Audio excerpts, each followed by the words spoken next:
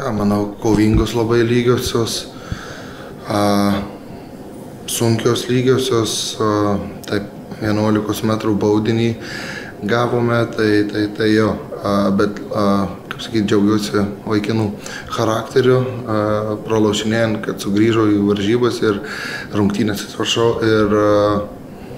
ir faktas jau po to labai daug valinių savybių reikėjo aukoti ir tikrai, manau, daug atidavė šiandien ir gal ne tiek iš to žaidimo, tokio nebuvo tokio labai jau super gražaus, bet iš valinės pusės tai komanda šiandien labai daug augo ir labai didelį žingsnį dėjo pirmin. Ta atkarpa rungtynėse varžovų kortelė, greitas įvartis visiškai pakeitė rungtynių dinamiką ir rungtynių pabaigoje. Jūs labiau, sakykime, buvote arčiau pergalės ir gal net labiau norėjot pagal tą vaizdą aikštėje.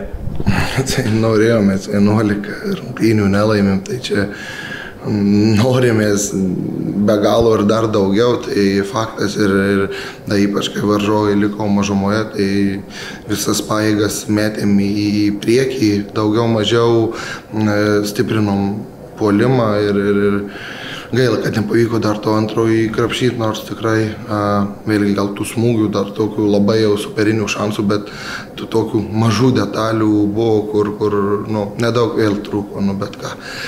Ir kaip yra, eisime, kad nebūtų 12. Ar ką, kaip sakant, tvarkaraštis toliau nelepina, atvažiuoja principinis varžovas Vilniaus Žalgiris ir vėl laukia rimta kova ir, kaip sakot, reikia viską daryti, kad nebūtų to 12 nelaimėtų rungtynių.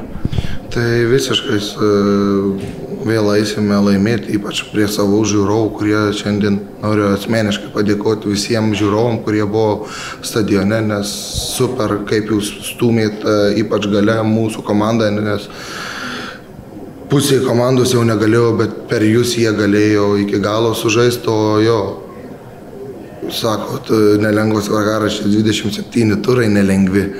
Tai čia kiekvienas turas yra nežmoniškai sunkus, nežmoniškai didelės atsakomybės vertas ir jo, darysim viską, kad nebūtų 12.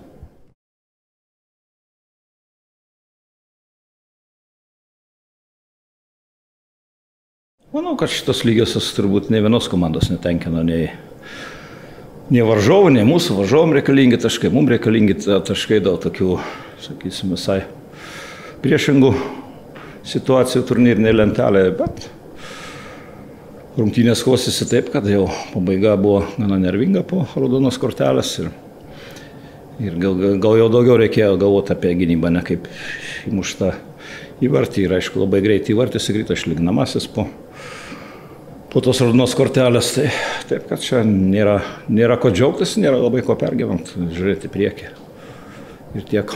Šiandien ekipoje debiutavo Numanas Kurdičius, kaip vertinate jo žaidimą? Gana neblogai, bet tą, ką mes matėm, ką jis demonstravo savo buvusiose komandose, tai aišku yra didelis skirtumas ir čia tikrai dar didelis rezervas ateičiai. Jo žaidimo kokybė turėtų ryškiai gerėti. Ilgo laiko poilsiui nėra, atvyksta į Kauno Šiauliai, taurės rungtynės, ten taip pat lengvos rungtynės tikrai nenusimato. Ne, jokių būdų, nes mes su Šiauliais visą laiką sunkiai kovojam ir praktiškai beveik visada su raudonom kortelėm, taip kad tikėsimės gal išvengsim, bet aišku, čia jau bus visai kito pobūdžio rungtynės. Kokia trenerį Fiodoro Černycho sveikatos situacija? Černychas gydosi Lenkijoje.